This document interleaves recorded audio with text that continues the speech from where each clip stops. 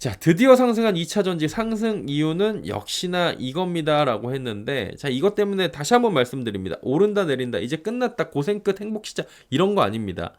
다만 그동안에 서정덕 TV에서 꾸준하게 좀 설명을 해드렸는데 반응은 전혀 없었지만 알아두면 좋아요, 여러분. 진짜 이거는 알아둬야 되는 내용입니다라고 제가 외신을 통해서 그 다음에 분석을 통해서 전해드린 내용들이 일부가 적용되고 있고 그게 기사로 좀 나오면서 변화가 발생을 하고 있는 거죠. 그래갖고 그런 부분들을 좀 이제 시장에서도 어느 정도 반영을 조금씩 하고 있는 게 아닌가라는 거예요. 근데 이것만으로는 희망 회로를 돌리기는 어렵습니다. 조금 안타까운 얘기지만 이럴 때일수록 면밀하게 분석하고 이건 오른다 내린다보다는 지금 내 투자 상황이 얼마나 맞느냐를 이 상황들을 좀 대입하시라고 제가 가지고 있는 거예요. 왜냐하면 오를 때 왜 오르는지를 알아야 무지성으로 야 오르니까 다 팔아 혹은 난 잘 모르니까 그냥 가지고 있어 이게 아니고 지금 내 자금 상황이나 내 평단가하고 맞춰가지고 좀 운용을 할 수가 있거든요. 그래서 여러분이 이걸 보시면서 좀 좋은 것만 캐치를 하시면서 가져가시면 좋을 것 같습니다. 더 이상의 하락 지속은 없는데 최근에 어땠어요? 눈치 보기만 하면서 답답한 흐름을 계속 이어가고 있던 게 바로 얘네들입니다. 배터리. 근데 어제 하루 올라갔다고 해가지고 뭔가 대단히 바뀌었다고 보기는 어렵죠. 근데 상승 이유가 만들어지니까 상승을 했고 좀 큰 폭으로 올랐다는 거잖아요.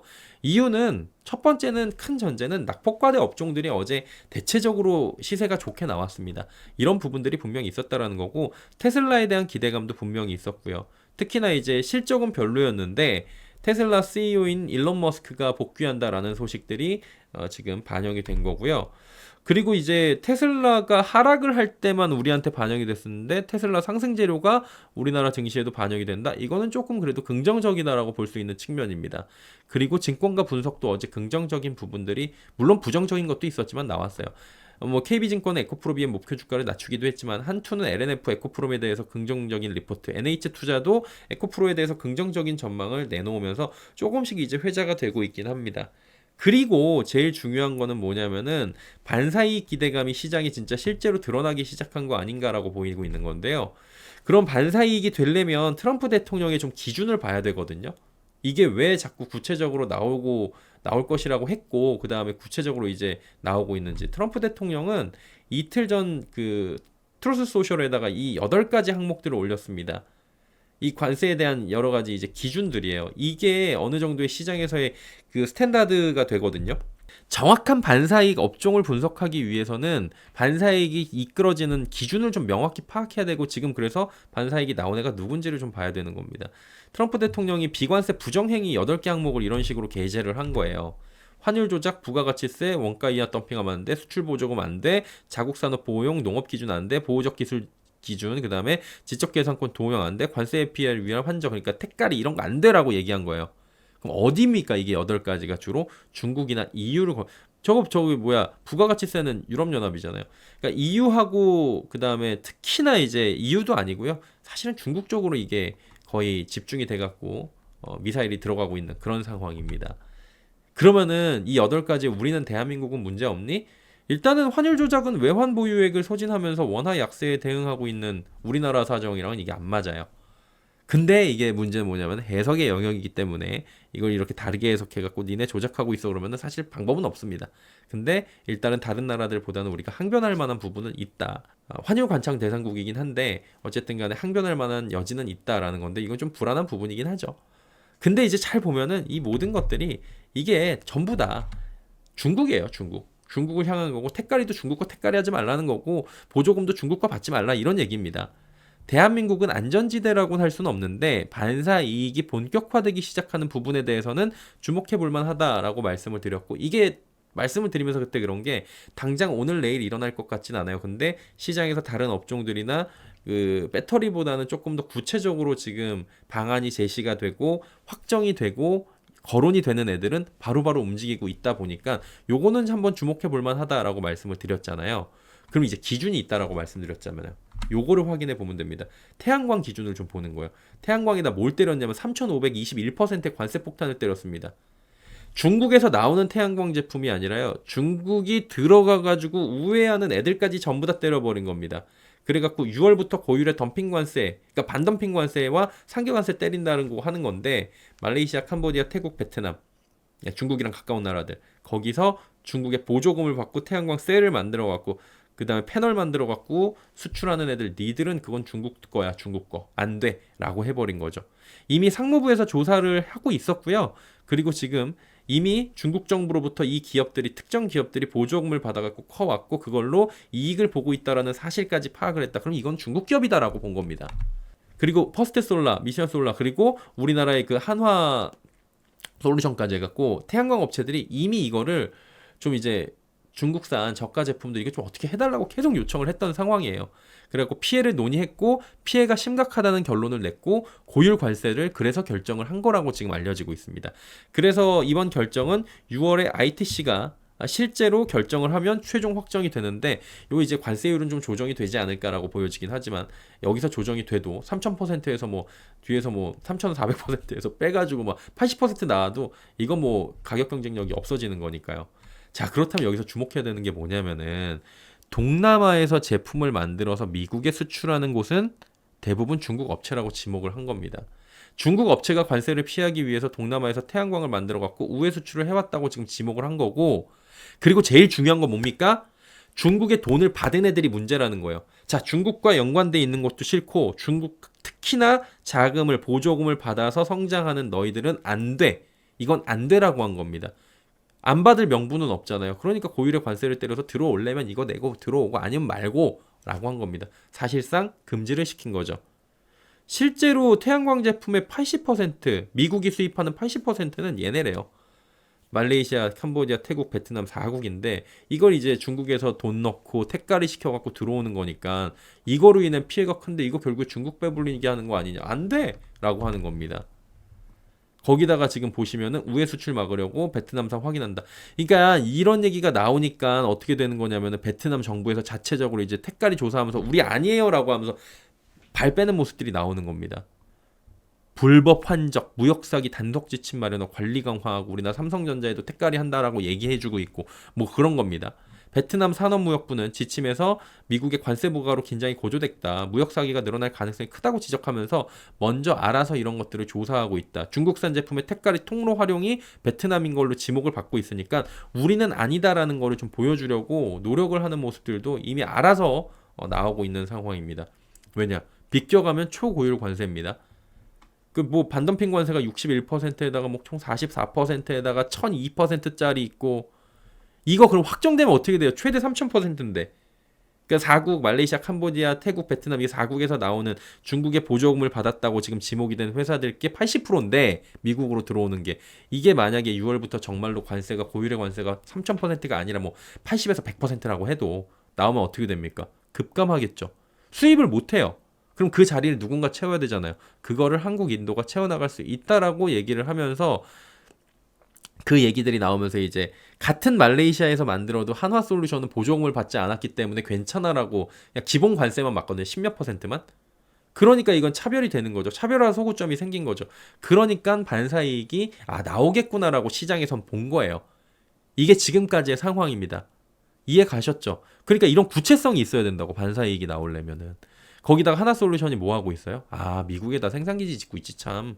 현지 생산 비율이 이제 조만간에 70%까지 높아진다. 그러니까 하나솔루션부터 OCI까지 우리나라 기업들의 반사이익이 커지고 그리고 아까 말씀드렸다시피 14.64%의 상계관세밖에 안 들어가요. 말레이시아에서 만드는 같은 곳에서 만드는데 중국의 보조금이 들어갔느냐 안 들어갔느냐 그리고 미국에 투자를 하느냐 안 하느냐에 따라서 이렇게 달라져요.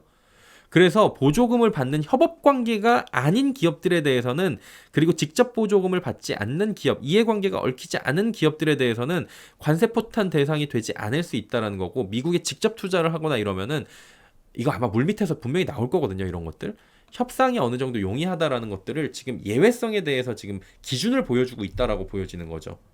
그러다 보니까 이거 나오는 거예요. 철회하고. 어제 말씀드렸잖아요. 이게 기사에서는 그렇게 안 나와요. 중국하고 뭐 관계 때문에 조인트 벤처를 철회한다. 그게 안 나오는데 그냥 저는 그렇게 본다라고 말씀을 드렸잖아요. 이거는 보도가 크게는 안 됐지만 11조, 12조 원짜리 인도네시아에서 인니에서 나오는 12조 원짜리 지금 밸류체인 프로젝트가 있는데 이게 들어가 있는 게 화요 코발트가 들어가 있어요. 화요 코발트하고 들어가 있으니까 중국하고 얽히면은 좀 안 될 것 같고 이게 지금 당장 할 필요가 없다라고 보니까 이거는 그냥 제외를 시켜버리고 철회를 시킵니다. 이건 누가 해? 화요 코발트가 그냥 하기로 했대요. 예. 그러면서 인리에서는 뭐 괜찮다라고 하고 있는데 이뿐만이 아닙니다. 자, 하나 더 찾아보니까 뭐예요? 화유 코발트하고 설립한 리사이클 조인트 벤처, 그러니까 재활용 리사이클 조인트 벤처가 있대요. 이것도 지금 연기시키고 있다고 합니다. 왜? 눈치 보는 거죠. 엮이기면 조금 지금 골치 아프니까. 그리고 태양광 관세에서 지금 우리 이제 배터리 기업들도 눈치를 보고 있는데 태양광 관세 폭탄은 지금 확정이 되고 있는 상황이잖아요. 6월 가봐야지 이제 완전 확정이긴 한데 지금 이거 굉장히 구체적으로 나왔잖아요. 여기서 끝나지 않을 확률이 높다니까요. 미국 산업 정치권에서 안보 시장 교란의 이유로 제재를 요청한 분야가 상당히 많고 이거를 통해 갖고 이미 움직임이 나오고 있고 오늘 아침에 백악관에서도 이 얘기가 나오고 있다라는 워싱턴 포스트의 보도가 나왔다는 거예요. 이거 짚어드렸었죠. 똑같이 갖고 왔습니다. 드론 배터리 바이오. 비관세 장벽, 관세 장벽까지 세워지고 있는 대표적인 업종인데 이유는 뭐다? 안보다. 지난 3월에 뭐 했어요? 해외 적대국 배터리 의존도 감소법까지 통과를 시켰다. 드론도 마찬가지다. 그리고 자율주행도 마찬가지다. 바이오도 마찬가지다. 오늘 미국 국가 안보에 위협이 되는지 여부에 따라서 중국산 수입품에 대한 관세를 품목별로 차등 부과한대요. 이거 아침에 보도가 된 내용입니다. 이거 과거에 이렇게 될 것이다라고 얼마 전부터 제가 좀 짚어드렸죠. 다음은 여기입니다. 실제로 나오고 있어요. 그 업종 이거 정리해드렸잖아요. 이런 수준이라니까요. 요렇게 보시면 된다니까. 이게 제가 무슨 어디서 가지고 오고 누구한테 특별히 들은 게 아니라 외신 찾아보면 다 나와 있어요. 얘네가 지금 노리고 있는 업종들이. 그거 정리해 놓은 거였고 그게 진짜 하나씩 하나씩 나오고 있는 거죠. 다만 관세 변동성이 나올 수 있다라는 지적인 거죠. 오늘 아침에 어제 아침에 뭐라 그랬어요? 145%보다는 최종 관세가 낮아질 수 있다. 중국은. 근데 0%는 아닐 것이다. 조정 가능성. 그러니까 현실적으로 어느 정도 가능성이 될지는 몰라요, 누구도. 근데 3,400%, 170%까지는 좀 어렵지 않냐라는 게 이미 시장의 중론이었고, 야, 1000%나 150%나 170%나 3,400%, 뭔 의미냐? 어차피 못하는데. 이 말씀을 제가 드리고 있었잖아요. 실질적으로 현실성 있게 보면 한 50에서 60%, 50에서 65% 지금 워싱턴 포스트나 이런 데서 나오고 있거든요. 다수의 보도가 나오고 있습니다. 그럼 실질적으로 나올 수 있는 게 50에서 65%, 더 빠지면 48% 지금 과거에 있었던 그 정도, 요 정도의 현실성 있는 관세 때리기가 이어진다라고 보는 건데 정리하고요. 이게 1000%보다가 5, 60% 보면은 낮은 것 같지, 150%보다가 60%, 50% 보면 낮은 것 같지만 이거면은 가격 경쟁력 다 없어집니다. 예, 시장 평균치 정도로 본다면은 이것도 힘들어져요. 그래서 이제 반사이익 기대감이 구체화가 되면 될수록 조금씩 이제 태양광부터 해가지고 움직이는 것들이 나타난다는 거고 결국에는 반덤핑을 손보는 계기가 될 거예요. 태양광은. 그리고 배터리도 마찬가지로 드론도 마찬가지로 그리고 자율주행도 마찬가지로 그렇게 갈 텐데 한 50% 내외 아닐까라고 배터리 등은 보수적으로 볼 땐 요 정도 나올 것 같아요. 왜냐면은 미국의 전략적 이익에 관련된 물품에는 이거 오늘 나온 내용입니다. 100% 관세 최소. 안보와 무관한 애들은 35%인데 배터리는 안보와 관련 있다고 했어요? 없다고 했어요? 있다고 콕 집은 겁니다. CATL, BRD, 고션 뭐 이런 애들 EV 6개 기업은 아예 찍었어요. 100%라고 하는데 여기까지 갈 수 있을진 모르겠지만 그냥 50% 내외라고만 봐도 이미 이게 확정이 돼도 반사이익은 엄청나겠죠. 특히나 ESS 쪽은. 그럼 결국에는 배터리 등의 반사이익 기대감은 지금 충분하게 올라올 수 있다라는 기대감이 업계에서 이어질 수 있고 그게 이제 기사가 일주일 동안 계속 나왔잖아요. 그것들이 조금 이제 반영이 되고 있는 셈이 아닌가 보여지고 있는 거고요. 결론적으로 보면은 테슬라 분위기 지속도 연관성이 크고 적고를 통해서 뭐 경중을 따지기보다는 중요해요. 테슬라 움직임도 중요하고 테슬라 악재만 반영되던 시장이 긍정적으로 지금 반영이 되고 있다. 이것도 중요하고 그리고 반사이익 기대감이 구체화되는 과정에서 어느 정도 반영될지. 근데 지금 여지는 충분하다. 그리고 약하지만 조금씩 반영이 되고 있다. 이 부분을 지금 말씀을 드리는 거고 오늘 이제 포스코 그룹 시장으로 내일 삼성 SDI 다음 주 에코프로 그룹 실적 발표가 있습니다. 컨콜 있고요. 실적에 대해서는 예상치를 크게 벗어나진 않을 것 같은데 만약에 위로 올라가면 좋죠. 위로 올라가면 좋은 거고 대략적인 수치는 예측이 됩니다. 그러면서 겁주는 것도 좀 있고요. 근데 지금 중요한 건 뭐라고요? 현 시점보다는 향후 가이던스라고. 시장 기대를 충족시킬 수 있는 수준. 그러니까 1분기에 저점 찍고 2분기부터 점진적 개선 혹은 2분기에 저점 찍고 하반기에 좀 나아질 거예요. 라는 언급이 구체적으로 여기에 붙어주면 상당히 도움이 될 것이다 라는 겁니다. 제 개인적인 뇌피셜은 태양광은 중국산 반덤핑이 문제가 되는 것에 대한 심각성을 인지한 것 같아요. 그리고 미국 정부는 대체품이 있냐 없느냐도 좀 보고 있는 것 같은데 태양광은 대체품이 당장 이렇게 때려도 있어요 없어요? 있죠. 한국산도 있고 인도산도 있고 대체품이 존재하면 이런 식으로 그냥 막 때려버리는 것 같아요. 우리가 대체할게요라고 얘기가 나오면. 근데 ESS는 지금까지 놓고 보면 대체품이 약했다는 거예요. 그래가지고 ESS는 비전기차용 배터리는 관세율을 2026년도부터 25%를 붙이기로 한 게 이 대체 품목 때문에 그런 거거든요. 차질이 좀 빚어질 수 있기 때문에. 근데 이제 지금 시점 정도부터는 한국 기업하고 일본 기업들이 ESS 자리를 채우는 게 보여질 수 있고 충분히 가능하고 이미 수주를 따오고 있고 이미 그리고 그러한 수입이 증가하고 있는 모습들이 나타났어요. 1, 2월, 3월에. 그래가지고 대체가 좀 가능하다는 모습이 보이고 판단이 서면 더 강력하게 이쪽을 드라이브를 걸면서 누르지 않을까. 이건 제 뇌피셜입니다. 이건 맞지 않을 수도 있어요. 그러니까 한마디로 대체 가능한 명확한 시그널이 가까워질수록 제재 가능 정도가 강해지는 거 아니야. 이렇게 뇌피셜이 좀 나올 수가 있다는 거죠.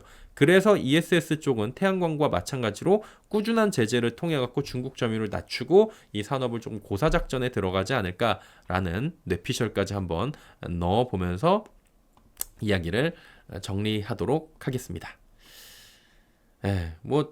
이 외에도 대표적으로 중국 피해받는 게 반도체, 철강, 2차 전지 이런 애들이잖아요. 이 뒤에 자율주행 반도체, 바이오 드론 이런 게 있고요. 충분히 지속적으로 이쪽은 좀 언급이 될 수 있는 부분이다라고 보면 될 것 같고요. 이거 좀 IRA 초기하고 비슷한 것 같아요. 중국 반사이.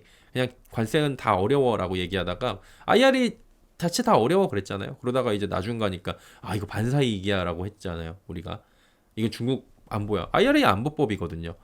마찬가지로 이것도 결국에 관세도 안보기 때문에 비슷하게 흘러가는 거 아닌가라는 부분들까지도 한번 우리가 고려해 볼 필요는 있다라고 뇌피셜 굴려보면서 정리하도록 하겠습니다.